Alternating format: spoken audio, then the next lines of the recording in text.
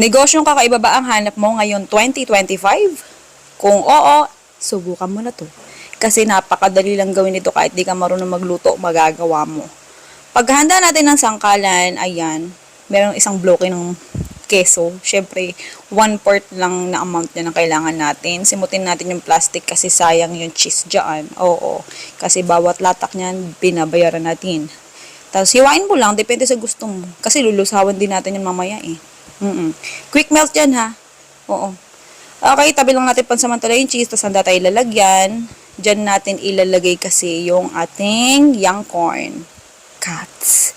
Oo. Isang dilata. Pero kung gusto mong mas natural yung gamitin mong ano dito, ayan, baby mais. Punta ka palengke, bili ka na lang dun. Oo. Ayan, sarap na ito. Gustong gusto rin to ng mga anak ko eh. Yung baby na mais, yung tipong ano, lahat kain, wala tapon. Ayan, kung mapapansin nyo, ayan, sinalin na natin siya sa isang lalagyan. Hindi na natin kailangan pagbukurin pa yung pinaka-liquid niya at saka yung pinaka-young corn. Oo. Basta salin mo lang sa isang lalagyan yan. Pagkasalin, kailangan natin ng toothpick. Tusok mo lang dyan. Ganun lang. Para kang gumagawa ng barbecue, ganun. Okay, habang tinutusok natin siya sa toothpick, ayan, comment ka naman sa baba kung taga saan ka. Malay mo, ikaw na yung susunod natin na mabigyan ng libreng electric hand mixer or silicone utensils. O, di ba bongga? Lapit na. Pagka may maliit, ganyan gawin mo. Pagsamahin mo lang sa isang toothpick. Okay, pero kung meron ka ibang gustong gamitin dito na mais, sige, push mo yan. Basta mais. Oo. Tasalang tayo ng, ayan, egg roll pan. Kung mapansin nyo, ayan, medyo charot lang. Ayan, para kita pa rin yung doggy-doggy natin. Spread lang tayo or grease lang tayo ng mantika sa ating egg roll. Kahit hindi pa mainit, ka na dyan. Pahid ka na ng mantika para di masira yung non-stick mo. Yan, lagyan natin agad yung cheese. Oo. Ayan, kahit hindi pa siya lusaw-lusaw ng bonggam-bongga, pwede mo nang ilagay agad dyan yung young corn natin. Pero kung gusto mo, intayin na malusaw, o kung naiinip-inip ka, ganyan, o kaya kung meron ka pa iba ginagawa, intayin mo na malusaw. Kung ano trip mo, oo, basta, supportan kita, oo. Basta, hinaan mo yung apoy.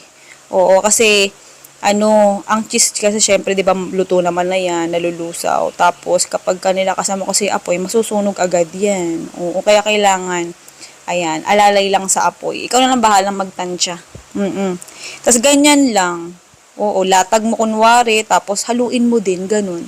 Baka may magsabi, ano ba yan? Pati yung stick may cheese na. Ay, sorry ko, marami tayong pambili ng cheese. Charot lang. Ganun talaga eh. Oo. Kung gusto mo naman, mamaya mo na itusok sa cheese yung young corn. Oo. Kung gusto mo, ihalo mo muna sa cheese. Lutuin mo muna.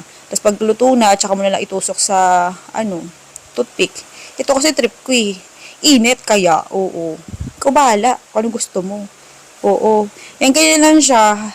Flip-flip mo lang, balik-baliktarin mo lang, oo. Hanggang sa maging ganyan yung texture niya. Maging, ayan, yung kulay, golden brown. Tapos hango mo na.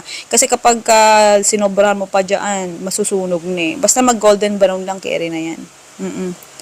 Ayan, pagka magasalang ka ulit ng susunod pa, maglagay ka ulit ng mantika para di masunog ng bongga agad yung non-stick mo at saka yung cheese mo. Tapos pwede mo na pagsamahin ng ganyan yung cheese tsaka yung yung corn. Ganun lang. Okay, tapos handa tayo ng container. Ilalagay ko na lang yung link kung saan mabibili. Sa comment section lagay ko, ha? Oo. Okay, tapos bawat isang container, lagyan natin ng 2 cheesy. Ano ba yan? Oo. Di na nakasalita. Basta 2 kada isang container. Oo. Mababash na naman tayo nito. Hindi kasi ako magaling mag-voice over. Oo. Basta yan na yan. Tingnan nyo na lang yung mute nyo na lang kung ayaw nyo ko pakinggan. Ganun lang. Etong condensed milk, optional lang. Bali kaya ako naglagay ng condensed milk para mabalanse yung alat. Oo. Kasi diba cheese lang pinakapampalasa natin dito. Manamis-namis din naman kasi yung yung natin, mais. Yun nga lang kasi syempre, iba pa rin yung may flavor, o diba? Pero kung gusto mo, konti lang ilagay ng condensed milk, pwede naman. Okay, ganyan na itsura niya pagka malapitan. Masarap siya. Tinry ko tong i-partner sa ulam. Oo, sa bangus. Sarap. O, pagsabay mo siya kainin, ang sarap. Nagko-complement yung lasa nila. Oo, try mo na. Okay, pwede mo siya papakin lang ng ganyan, pang merienda, pwede rin namang i-partner sa ulam. Sige,